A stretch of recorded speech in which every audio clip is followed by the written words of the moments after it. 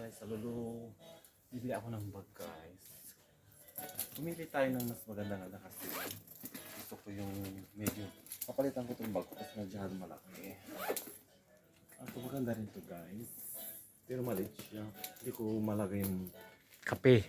ah, Just, maganda to guys. ayan, ganda. Ano to? Violet color. Violet, guys. Yeah, see? Ganda guys. Medyo Yan. malaki-laki siya. Pero ang price, how much kaya? Wow. 29 dirham. Ah, mura lang. Mura na yung Ben. Ako ba? Eh, ito guys. Mahal be, 59. Huwag yan, huwag Pero yan. maraming kape to. Ayan, violet ang ganda. So I like this.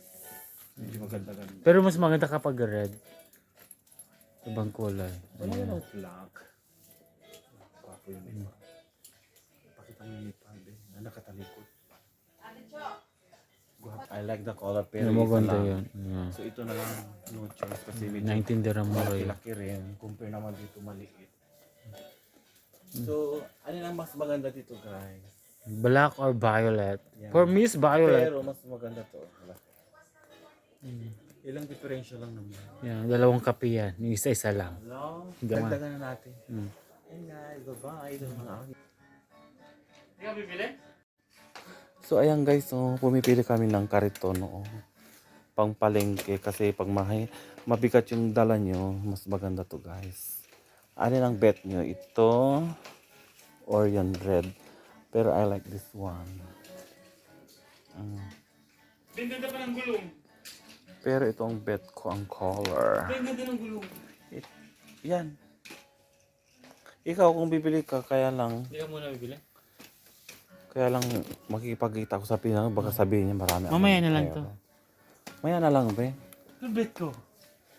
Ito, oh, bilihan na.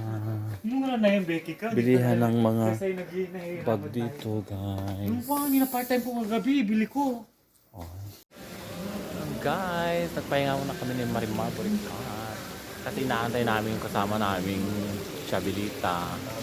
Hindi makaalis-alis. Yan, nagtingin-tingin kami ng alahas guys, pero ang mamahal. Hindi na ako nag-video-video doon kasi yung hinahanap ko wala. Branded pala guys. So may fake din pala. Mahal daw yun. Nagkahulian daw doon. Kaya hindi kami nakabili.